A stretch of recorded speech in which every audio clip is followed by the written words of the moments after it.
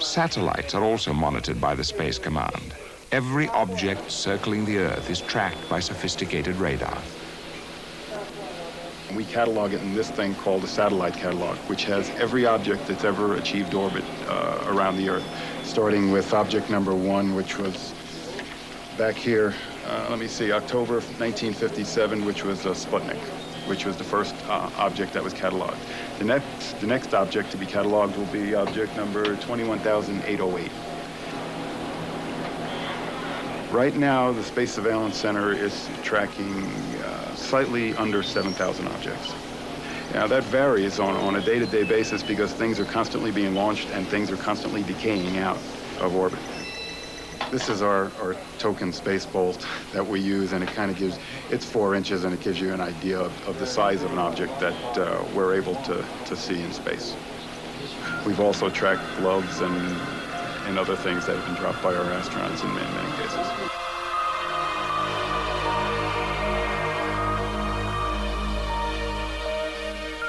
There she goes. That's real pretty. That's my first view of it. Today, more than 2,000 satellites travel orbital highways that grow increasingly crowded as military technology slowly becomes part of everyday life. I really think the cutting edge of the technology in space has been in the military. The TV pictures that you get today are from the technology that was developed for military systems. The weather satellites that you see every night on your evening news, those are military satellites that started out there. But the civil community, the scientific community have used those advances to great benefit. Well, one reason there's more talk about these systems now, I think, is that the Cold War is over.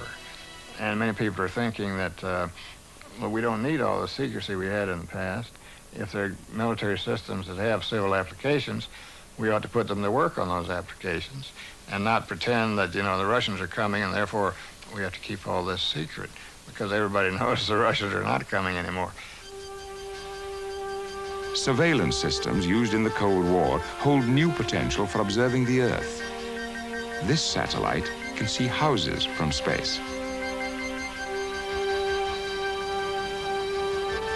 It is owned and operated by Spot Image, a French company created to meet a commercial demand for Earth's imagery.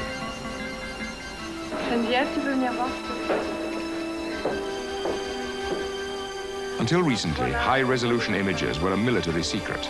Today, Spot sells them to clients around the world. Saddam Hussein bought Spot images of Kuwait. When he invaded the country, Spot cut off information to all but the coalition command. With Spot images, they watched oil fires burning in the desert.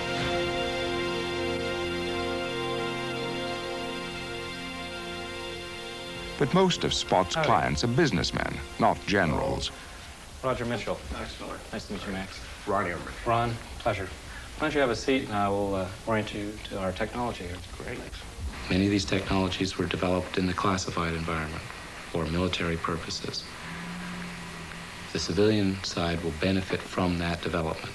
We plan to play a significant role in that. Technology covering, you probably recognize it, Florida. Roger Mitchell is an information salesman using satellite data to advise his customers. His first job is to help them see the world from the satellite's perspective. Still, you can see individual buildings with this particular satellite.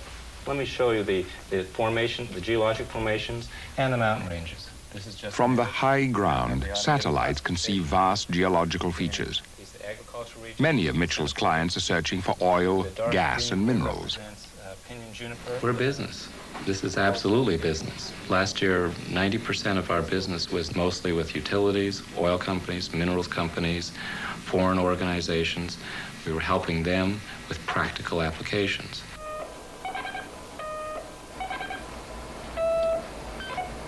We're looking in this area right in here. Yeah. Most of Mitchell's business is international. Okay, so it's that red spot. With an image analyst, he prepares a mining study for the Mongolian government. Now, what kind of minerals are we likely to find in this region? Probably gold and copper. when we speak with the Mongolian delegation, they have not seen that before with satellite imagery, and we think we're finding some interesting geologic features in that region. They have not seen this part of their country from this perspective. This will be brand new.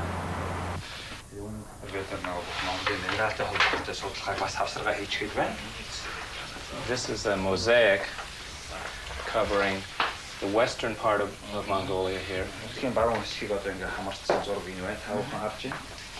You recognize these lakes here?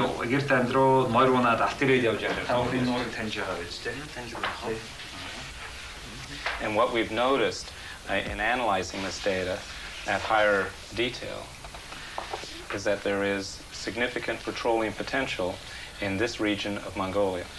As well, our minerals branch is also identified this particular suture zone as being very prospective for gold exploration. This is not widely known. It's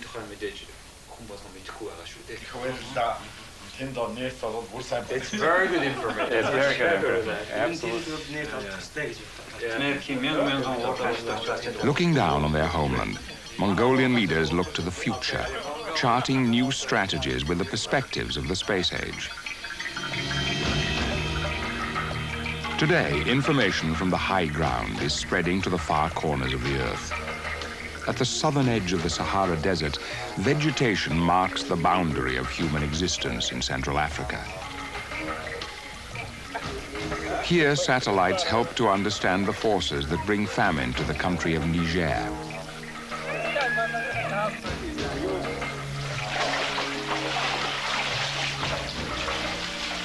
In remote villages, farmers and their families live and die by the summer rain.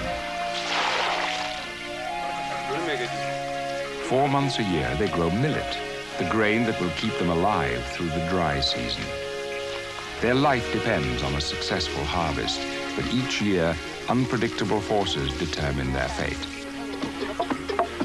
Rain may bless one village with food, while crops nearby wither from drought.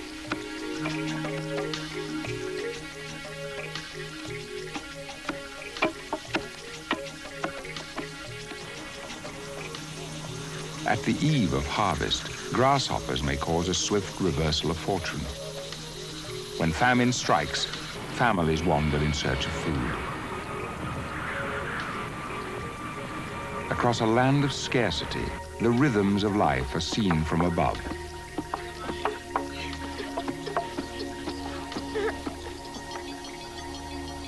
NOAA 11, an American weather satellite, passes over Niger every day. Its heat sensors detect changes in the vegetation below.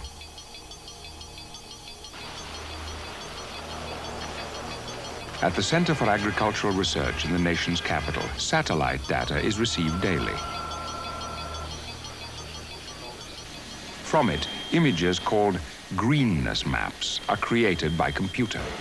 Okay, let's zoom in on one of these green areas here. Okay. Where still see the coastline here. Burkina is still real cloudy.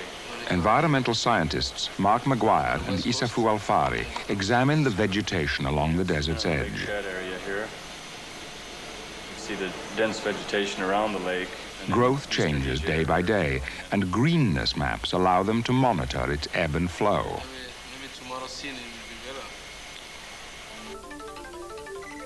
Like weather maps that chart dangerous storms, these maps anticipate where crop failure may strike. This is the only way you can monitor this area. It's just too dynamic during the rainy season. It just happens so fast that people need some kind of tool exactly like this. To me, it's one of the most appropriate applications I've seen of this type of technology. They need near real-time information about vegetation conditions, and there's just no other way to do that here. And we're in this green area. Using greenness maps, scientists hunt for grasshopper breeding grounds. What can happen at the end of the season is that when it starts drying out, and this is a normal phenomenon, the grasshoppers will move south, particularly the Senegalensis variety.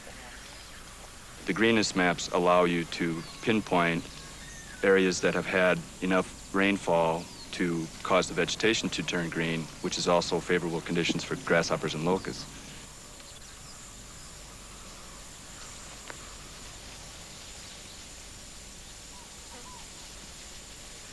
secondes et 2 degrés 3 minutes 12 secondes. With global positioning satellites, they determine the location of the valley. Pour ça, on peut calculer sur la carte.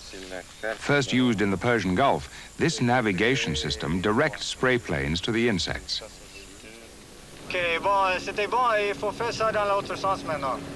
The same space systems harnessed in war target grasshoppers before populations explode into deadly swarms.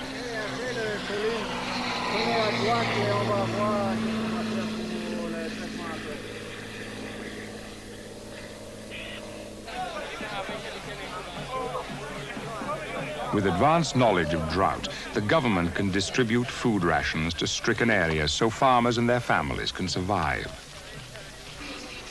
But timely data about crops and weather cannot reach farmers directly. In a country without modern communications, information must be conveyed by hand.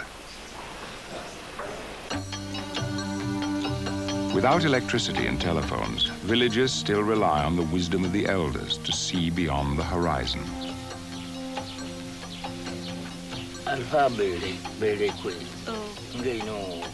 We look to the heavens.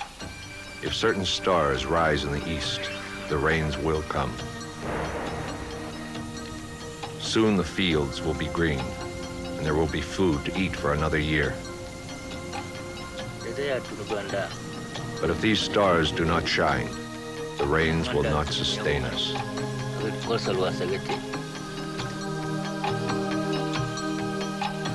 Over Niger, satellites now mingle with the stars. How information from space will mix with ancestral wisdom to shape its destiny cannot yet be predicted. But change is in the wind.